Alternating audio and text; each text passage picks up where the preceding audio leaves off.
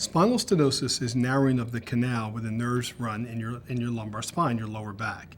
If you think of the spine as my fist representing the vertebral body and my fingers representing the canal, the nerves run directly through that canal.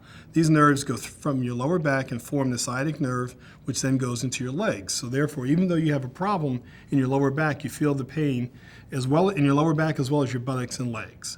Stenosis represents narrowing of that canal. It is a degenerative process, although some patients are born with a congenitally narrow canal. They're born with a narrow canal, and when they start to develop degenerative changes, they will develop it earlier and develop symptoms of stenosis earlier. Most of us, though, it is something that occurs later in life, or certainly the latter decades of life, when patients become symptomatic from that. And they will typically come in complaining of what we refer to as neurogenic claudication.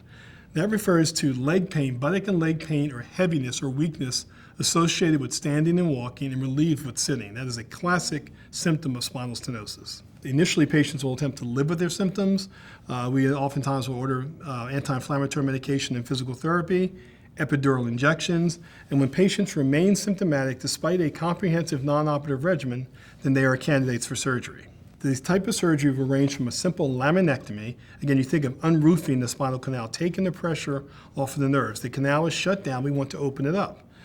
But in case patients who are unstable or in whom in the process of freeing up their nerves, you make them unstable, they have to be fused as well. It's a major procedure, but it is for a major problem, and most patients appropriately treated surgically will do very well and have a substantial improvement in their capacity. The patients who, when you unroof their canal, when they have their legs back, and that's what they'll describe it, as when they feel this euphoria almost when they stand up and walk, and that heaviness or that burning or that sharp pain is not in their legs. Those patients do quite well. They may have some residual back pain. It will typically be much better than prior to the surgery, and most patients can return to a substantial level of function. I refer to these as reconstructive procedures. They are major procedures. And I don't think any doctor should tell you they're going to make you a 12-year-old again.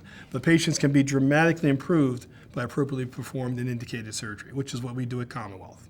Following surgery, the length of stay in the hospital is determined by what procedure you had. If you've had a simple laminectomy, those patients will typically go home the day of surgery or the following morning. With a fusion, if it is an XLIF procedure or a minimally invasive technique, they will frequently go home the following day as well, or certainly by the second day. Patients are usually sent home with instructions to do lots of walking. They can typically do stairs a few times a day. I have my patients avoid lifting greater than 10 to 15 pounds for the first 4 weeks and nothing over 25 to 30 pounds the second 4 weeks. They will typically return to work is based on the magnitude of the procedure. If you've had a laminectomy, those patients may be back at work a week or two or a few weeks later. Fusion patients, that depends on the type of work they do and the type of procedure that was done. Some people are back within a few weeks. Some people are back really 6 or 8 weeks later. It varies on what type of problem they had, how many levels were involved in the procedure they had.